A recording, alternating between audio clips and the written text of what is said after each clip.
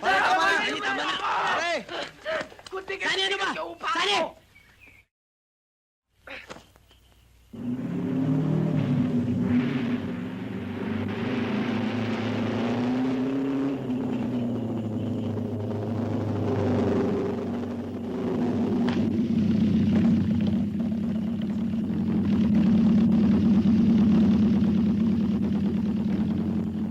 Cora, kinagabi ka ata. Sakay na, hatid na kita. Nakakaya naman yata sa'yo. Baka may makakita sa'yo dyan. Biruin mo, isa kang salvosa.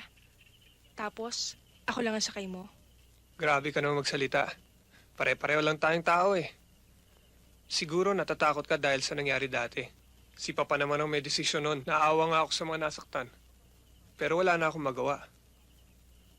Baka naman akala mo magkaugali kami ni Kuya Jack. Ako nga itong nahihiya sa'yo eh. Dahil hanggang ngayon, hindi pa ako nakakapagpasalamat sa ginawa mong pagtatanggol nun sa akin sa party.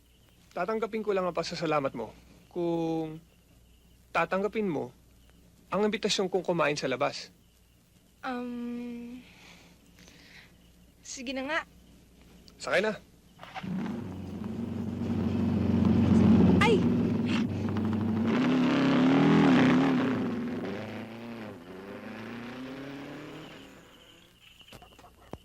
Akala ko ba magmimerienda tayo? Mamaya na.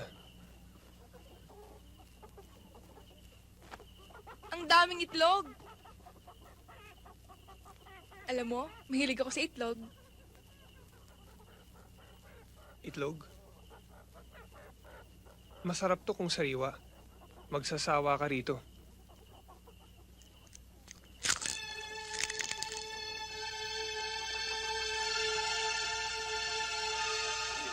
Pare, tama na! Tama na! Pare!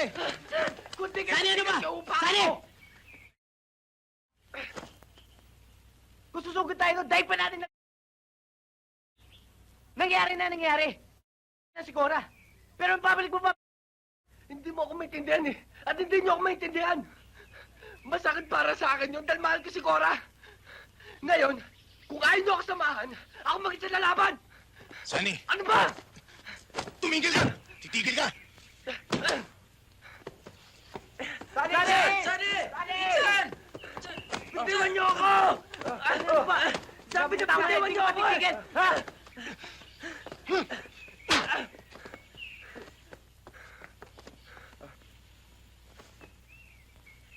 Sasayangin lang ninyong buhay ninyo kung kapusukan ang inyong pinaiiral. Utak ang dapat niyong ginagamit. Dapat lamang na maghintay kayo ng tamang pagkakataon.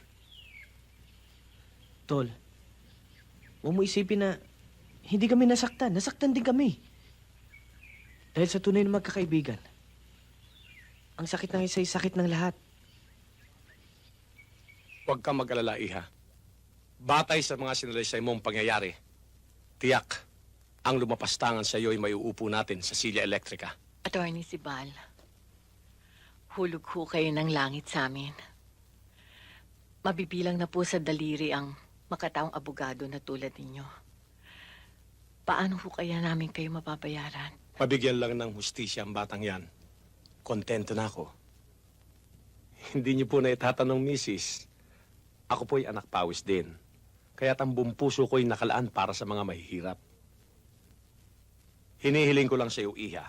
Buo ang loob at walang atrasan. Maraming ganyang kaso ang nasisira ang kredibilidad ng mga abogadong tulad ko. Dahil sa bandang huli, ang nagdemanda ay nakukuha sa pakiusapan, pananakot, o kaya'y nababayaran. Ginawa sa akin ng hayop na yun. Kahit manaag pa ang Diyos sa akin, hindi ko siya maaaring patawarin. Attorney Sibal, sabi ninyo, anak pawis din kayong katulad namin. Kaya alam ninyo kung ano nasa puso namin. Hindi kami kayang bilinan sa lapi. Yan. Yang tapang na yan. Yang katatagang yan. Yang katangiang yan. Yan. Yan ang kailangan natin sa korte. Ba, 4 na tigtutuke yan, ha? 4 na tigtutuke. Lista.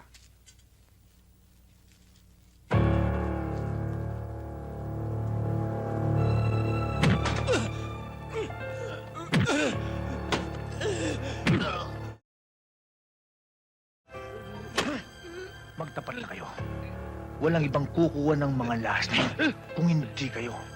Wala ho talaga kami kinalaman dyan. Wala po talaga kami kinuha. Nagpapalusot ka pa sa akin? Ako, pinapalustan mo pa? At sino naman ang gusto mong palabasin na nagnakaw? Ako? Si Kuya Jack? Sarili Wala naming po kayo negosyo? sa amin. Nanakawan namin? Ganon?